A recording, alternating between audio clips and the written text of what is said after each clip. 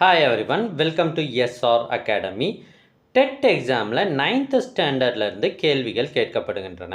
Sir 8th வரைக்கும் தானே syllabus அப்படின்னு நிறைய பேர் சொன்னாலும் கூட 10th ஸ்டாண்டர்ட் வரைக்கும் நமக்கு இதுவரை நடந்த டெட் எக்ஸாமில் கேள்விகள் கேட்கப்படுகிறது. நாம் பெரும்பாலும் 8th ஸ்டாண்டர்டோட ப்ரிப்பரேஷனை நிறுத்தத்தால் தான் மேத்தமெட்டிக்ஸில் நம்மளால் இதுக்கு மேலே மார்க் எடுக்க முடியல. இன்றைக்கி நாம் பார்க்க போகிறது 9th standard mathematics lesson 1 and 2, அதாவது கணங்கள் மற்றும் மெய்யெண்கள், இந்த 2 தலைப்புகள்லையும் கேட்கப்படுகின்ற கேள்விகளை தான் பார்க்க போகிறோம். இது எல்லாமே மோஸ்ட் எக்ஸ்பெக்டட் கொஷின், ரொம்ப ரொம்ப முக்கியமான கேள்விகள். வீடியோவை கடைசி வரை பாருங்கள். அதோடு மட்டும் இல்லாமல் இந்த வீடியோவில் ஒரு இடத்துல உங்களுக்கு ஒரு சர்ப்ரைஸ் வச்சுருக்கேன். அது ஃப்ரீ ஃபார் ஆல், ஓகேங்களா? ஸோ இது உங்களுக்கு எக்ஸாம் ப்ரிப்ரேஷனுக்கு ரொம்ப யூஸ்ஃபுல்லாக இருக்கும். அது என்னன்றதையும் இந்த வீடியோவில் நீங்கள் தெரிஞ்சுக்கலாம். முதல் கேள்வி கணங்கள் செட்ஸிலிருந்து கேட்கப்படுகிறது. A is equal to x such that x என்பது 5ஐ விட சிறிய இயல் எண், ஓகேங்களா? ஸோ என்பதை பட்டியல் முறையில் எழுதுக. Write A is equal to x such that x is a natural number less than 5 in roster form. Sir அது என்ன சார் ரோஸ்டர் ஃபார்ம் அப்படின்னு கேட்குறீங்களா? அதாவது இந்த கணத்தை ரொம்ப வெளிப்படையாக உள்ளபடி எழுதுறதுக்கு பேர் ரோஸ்டர் ஃபார்ம். அப்போ இதுவும் கணக்குறியீடு தானே, இது என்ன அப்படின்னு உங்களுக்கு டவுட் வரலாம். இது என்ன அப்படின்னா இது கணக்குறியீட்டு முறை அப்படின்னு சொல்லுவாங்க. இதை நாம் பட்டியல் முறையில் எழுதணும். கொடுத்திருக்கிற தகவல் A என்ற கணம் 5ஐ விட சிறிய இயல் எண். ஸோ இயல் எண்ணில் முதல் எண் எதுன்றது தான் நாம் ஞாபகம் வச்சுக்கணும். கவனிங்க, இங்கே 0வும் இருக்குது 1ம் இருக்குது. அப்போ முதல் எண் 1. இதுவே முழு எண்ணுன்னு கொடுத்துருந்தா நீங்கள் 0விலிருந்து ஆரம்பிக்கணும். ஸோ 5ஐ விட குறைவான இயல் எண்கள் 1, 2, 3, 4. 5 வருமா? வராது. ஏன்னா 5ஐ விட குறைவுன்னு சொல்லிட்டாங்க. அப்போ இதுக்கு எது ஆன்சர்னா ஆப்ஷன் சி தான் ஆன்சர். ரெண்டாவது கேள்வி பாருங்க. வெற்று கணத்திற்கு ஒரு எடுத்துக்காட்டு எது? வெற்று கணம் எம்டி செட்னா என்ன? அதாவது ஒரு கணத்தில் ஒரு உறுப்பும் இல்லை என்றால் அது வெற்று கணம். சார் ஃபஸ்ட்டு பாருங்களேன், 0ன்னு இருக்குது. இது வெற்று கணமா? ஸோ நல் செட்டுன்னு கூட சொல்லலாம்.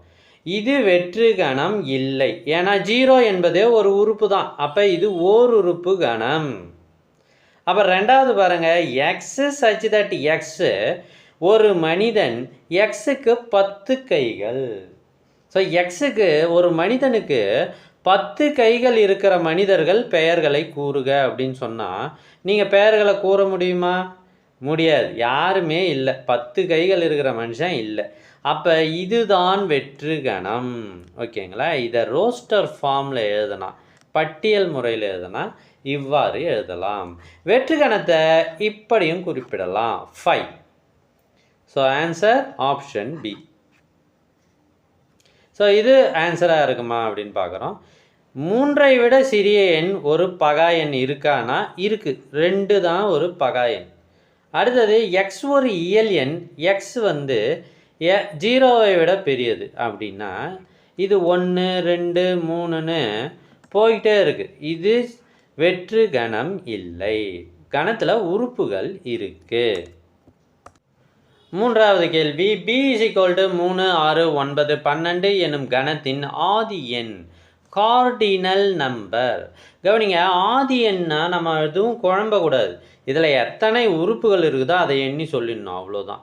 இதில் 4 உறுப்புகள், 4 எலமெண்ட்ஸ் இருக்குது. அதனால் ஆப்ஷன் பி 4, அவ்வளோதான். 4 ஒரு மிக முக்கியமான கேள்வி. C is equal to x such that x என்பது 20ஐ விட பெரிய இயல் எண். இது ஒரு கணங்க. இந்த கணத்தின் வகை என்ன? இது முடிவுறு கணமா, முடிவுறா கணமா, வெற்று கணமா, ஓர் உறுப்பு கணமா? எக்ஸ் என்பது 20ஐ விட பெருசு, ஆனால் எங்கே போய் முடியுது? இயல் எண்ணுன்னு சொல்லிட்டாங்க. அப்போ 21, 22, 23ன்னு போய்கிட்டே இருக்குது.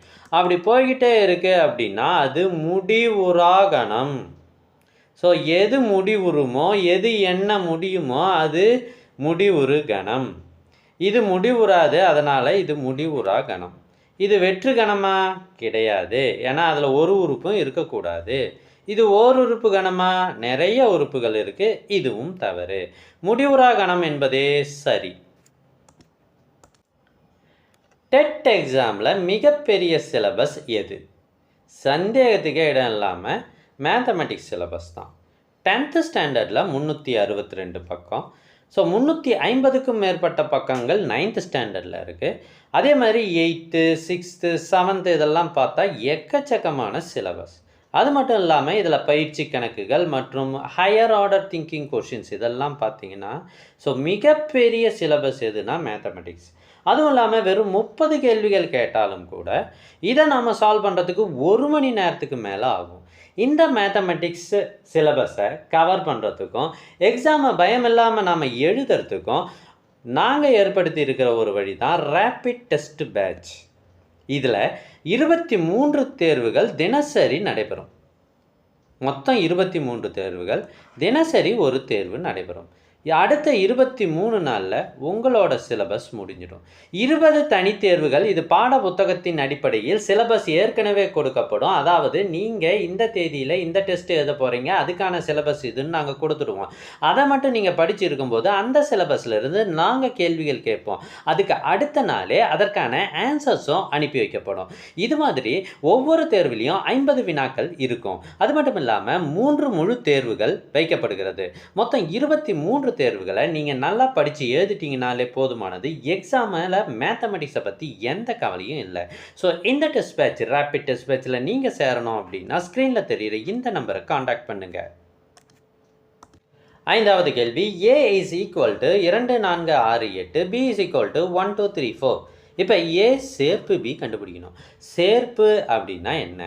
அதாவது 2 கணங்களையும் நம்ம ஜஸ்ட்டு சேர்த்து எழுதுகிறோம். அப்படி சேர்த்து எழுதும்போது வந்த உறுப்பே திரும்பி வந்தால் அதை விட்டுடணும், அவ்வளோதான். ஸோ ஃபார் எக்ஸாம்பிள் இங்கே பாருங்கள், இதில் 2, 4, 6, 8 இருக்குது. இங்கே திரும்பி 1 வருது. ஸோ 1 இங்கே இல்லை, ஆனால் 2 ஆல்ரெடி இருக்குது. அப்போ 2 விட்டுடணும், ஏன்னா 2 ஏவில் இருக்குது. அடுத்து 3 இதில் இருக்கா? இல்லை. 4 இருக்கா? இருக்குது. அப்போ அதை விட்டுடணும். அப்போ மீதி இருக்கிற எண்களெல்லாம் நம்ம சேர்த்து எழுதினாலே நமக்கு ஆன்சர் வந்துடும். 1, 2, 3, 4, 6, 8 இதோ இருக்குது பாருங்கள். ஆப்ஷன் பி தான் சரியான விடை. இதுதான் ஏ சேர்ப்பு பி. அடுத்து ஏ வெட்டு பி அல்லது ஏ இன்டர்செக்ஷன் பின்னு சொல்லுவாங்க. இதில் ஏபின்னு 2 கணம் கொடுத்துட்டு ஏ வெட்டு பி கண்டுபிடிக்க சொல்கிறாங்க. அதாவது பொதுவாக இருப்பதை மட்டும் எடுத்து எழுதுவது தான் ஏ வெட்டு பி அல்லது ஏ இன்டர்செக்ஷன் பி. ஸோ இதுலேயும் ஏ இருக்கா? இல்லை. பி இருக்கா? இல்லை. சி இருக்கா? இருக்குது. அப்போ சியை நோட் பண்ணிக்கோங்க. டி இருக்கா? இருக்குது. அதை நோட் பண்ணிக்கோங்க. அவ்வளோதான் ஆன்சர். மற்றதை பற்றி கவலைப்படவே தேவையில்ல. ஆப்ஷன் பி, சி, டி தான் சரி. 7வது கேள்வி, ஏ மற்றும் பி வெட்டும் கணங்கள் எனில் ஓவர்லாப்பிங் செட்ஸ் பின்வருவனவற்றுள் எது சரி? அதாவது ஏவிலையும் பியிலையும் பொதுவான உறுப்புகள் இருக்குதுன்னு அர்த்தம். வெட்டும் கணம், அதாவது ஏ வெட்டு பி கண்டுபிடிச்சா some elements will be there. ஓகேங்களா? இப்போ பார்த்தோம் இல்லையா 6வது கணக்கில், அதே மாதிரி. அப்போ எது சரி?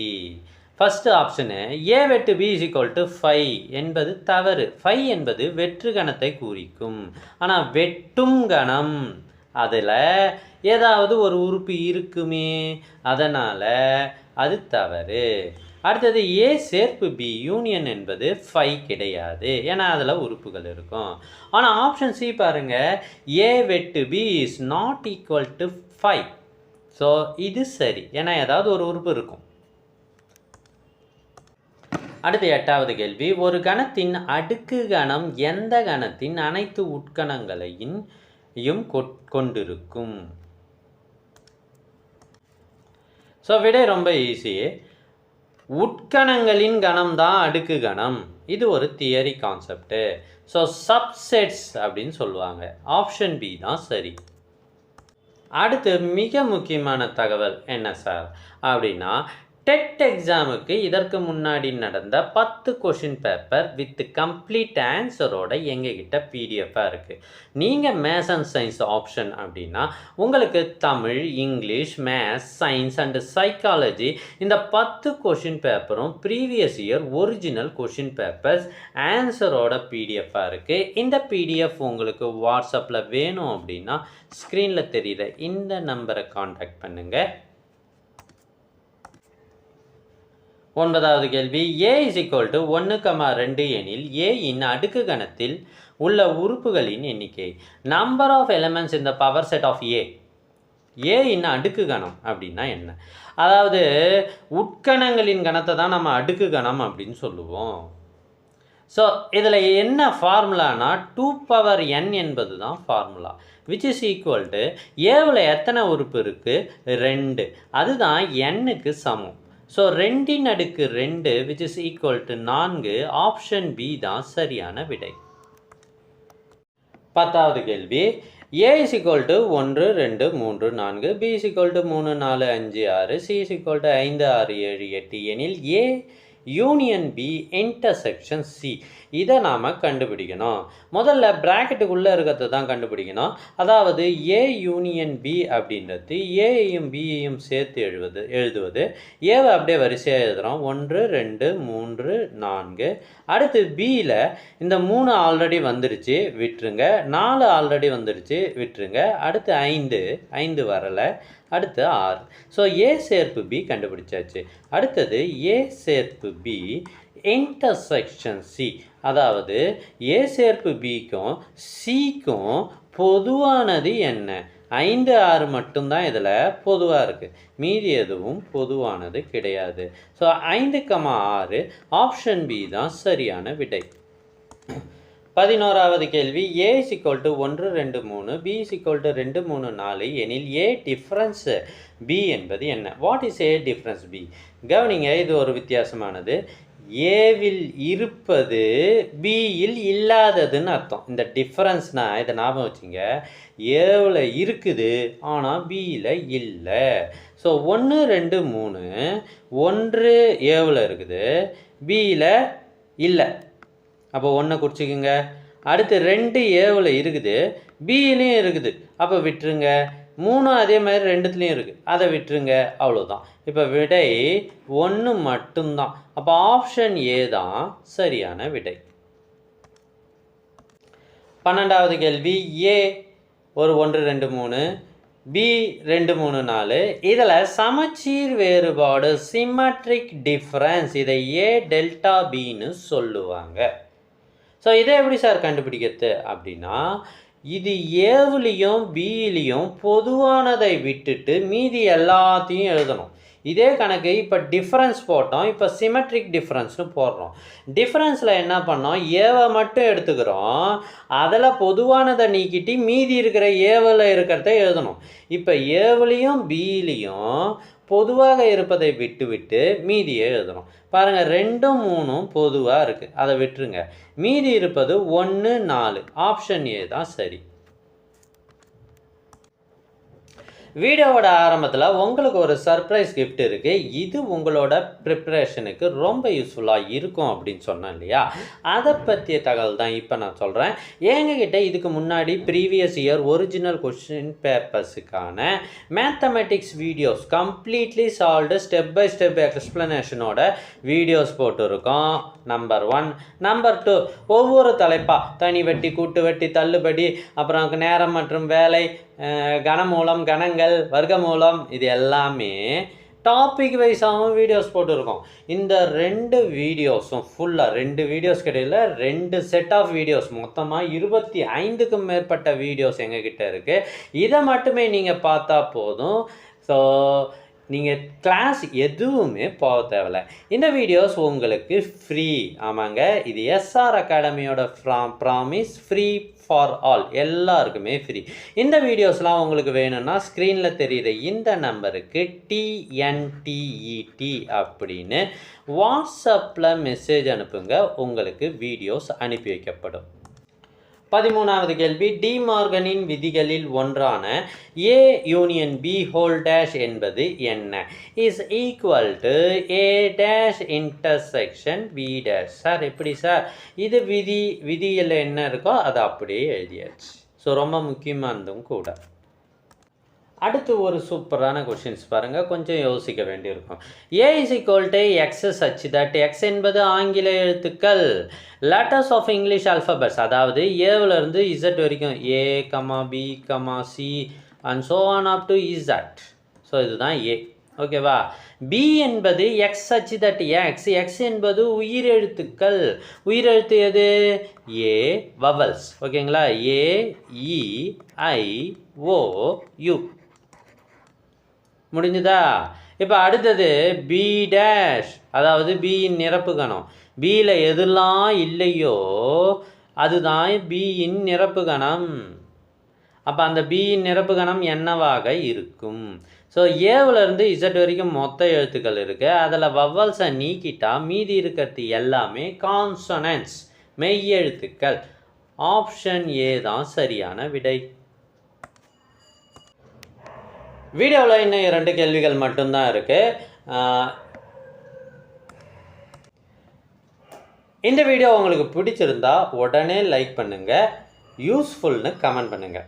அப்படி பண்ணிங்கன்னா தான் அடுத்து இதே டாப்பிக்கில் நான் வீடியோஸ் போடுறதுக்கு எனக்கு உற்சாகமாக இருக்கும். நான் வீடியோஸை கண்டினியூ பண்ணுவேன்.